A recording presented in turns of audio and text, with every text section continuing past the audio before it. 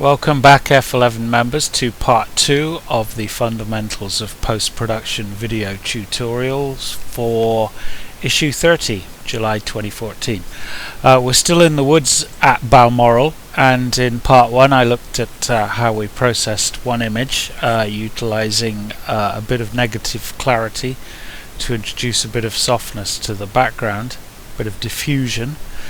In this case I'm using a picture here which has got deliberate motion blur in the image. I've written about this image in the accompanying how it's done feature in this issue, so now it comes down to how to post-produce this picture. And as I mentioned in that how it's done feature, I've got this gut feeling about how I want this picture to look. Quite soft, not eye-popping colours, not really high contrast, and if you look closely at the image, there's some great sort of textures to this motion blur here, this streakiness. It's really quite appealing, and so what I'm going to do is work through the post-production on this, and it's quite simple really, but what's key as always is not just wading in, it's just taking time to sit back and consider what needs to be done. And as always, the less we do, the better. So here we go, looking at the histogram again, you can see I've exposed the image to the right to maximize the amount of information recorded. That's leaving a black point, the darkest tone in the image, which is very much a mid-tone grey. We know how to deal with that. I just take the black slider and holding down the Alt key move it to the left until I start to see clipping taking place. Now that is in theory the best thing to do, but for this particular image I don't want those really dark blacks. There's just something in me that's telling me that's a little too far, so I'm going to come back just a touch on the black slider there. Not much, but just a touch. Okay, ultimately all of these decisions are always going to be subjective. Same with the white slider. Hold down the Alt slider, move the white slider to the right until I see clipping taking place. Just up in the top of the frame, about there. That white streak, by the way, there, I'm not sure what it is. It was something in the frame that streaked through the frame, but it's slightly irritating to me, and I'm actually going to take that out later. So that's the white point dealt with, and if I go back to where we started, you can see it's got the image has a bit more oomph to it, and starting to look quite good, but I don't really want too much contrast in the image, and in a way by altering those black and white points there's too much contrast in it for my taste at the moment. So what I'm going to do, sorry, messing around here, I'm going to go back and actually using the tone curve.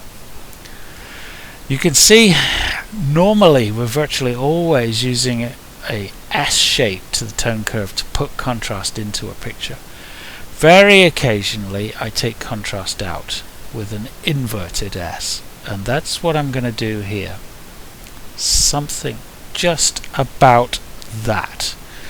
Just a touch of an inverse S on the tone curve to take out the contrast. I'm going to put a little bit of vibrance in. I don't want really over the top colors to this picture, just really subtlety is what I'm going for here. And now put the kettle on and sit back and look at the picture and consider. Now normally at this stage I'd be thinking in terms of using the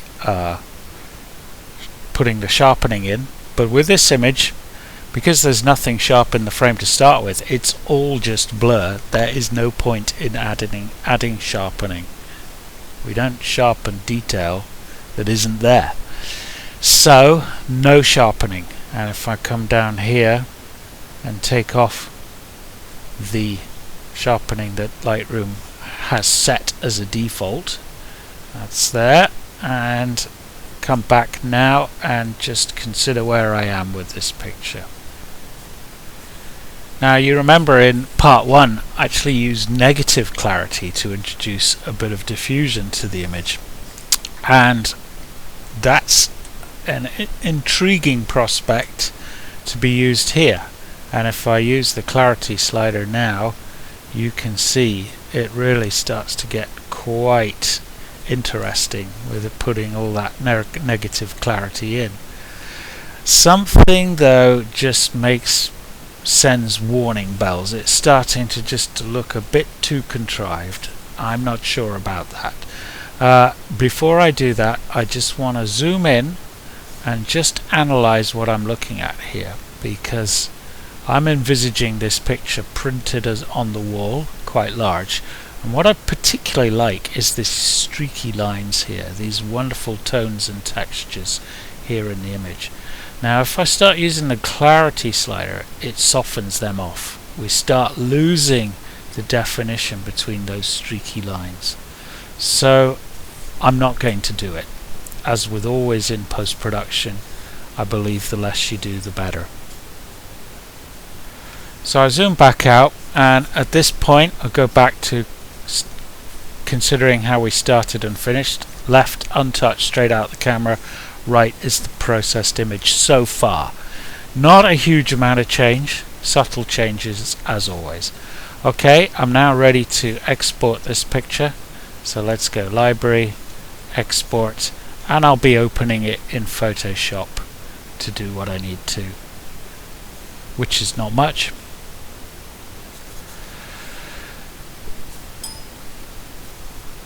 Okay, here we have it in Photoshop, and if I just go down Control and minus, bring it to the kind of size I want.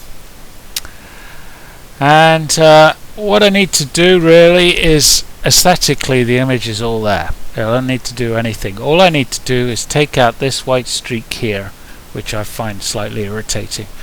So I'm going to zoom in until I can work on the image. There we go. And I'm going to use the healing brush to deal with this tool here. Click there, and then I can choose the size of my brush by using the keyboard brackets on the keyboard control, and then just using the healing brush with content aware selected, I just move it down the offending area of white. I actually am using here a graphics tablet, which is quite a useful thing for this sort of thing, because the harder I press, the bigger the selected area, and that's taken out that area. So for now I'm just looking at here, there's a dust portion here. I need to take that out, and as I said, if I press really hard like that, that's all of the area. And if I just touch another dust speck, let's find one for you, there's one, it's a really small area. So that touch sensitive, pressure sensitive brush that I've got with this graphics tablet is quite useful for this sort of work.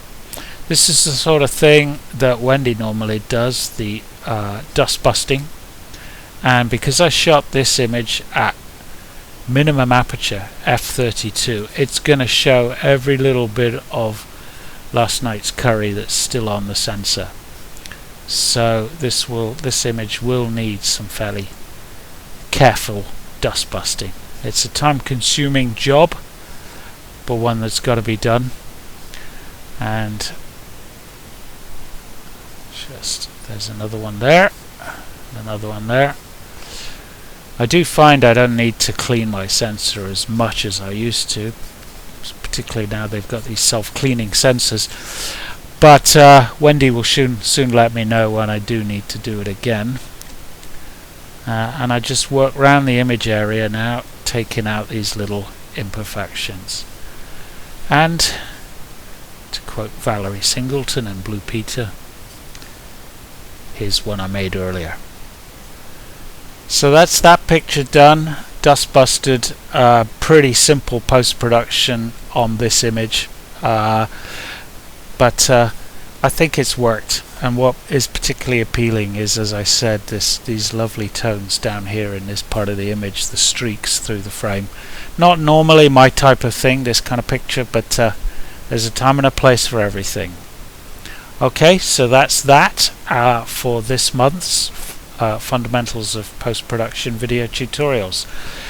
Send us your feedback, send us what you'd like to see covered in these video tutorials, and we'll make sure your requests are dealt with. Okay, thanks very much.